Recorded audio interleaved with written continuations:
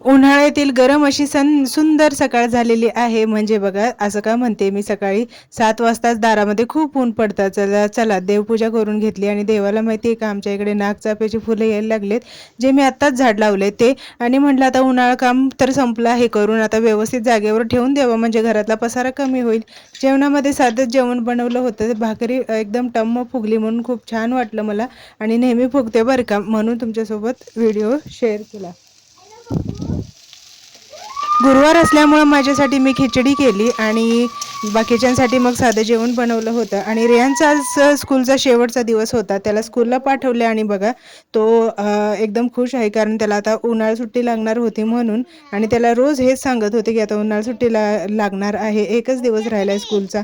तर तो बघा आल्यानंतर इतका खुश होता की मी जे काम करत होते ना, तर ते काम करताना सुद्धा ना त्याला खूप खूप छान वाटत होतं. तर चला, आजचा छोटासा ब्लॉग कसा वाटला नक्की सांगा.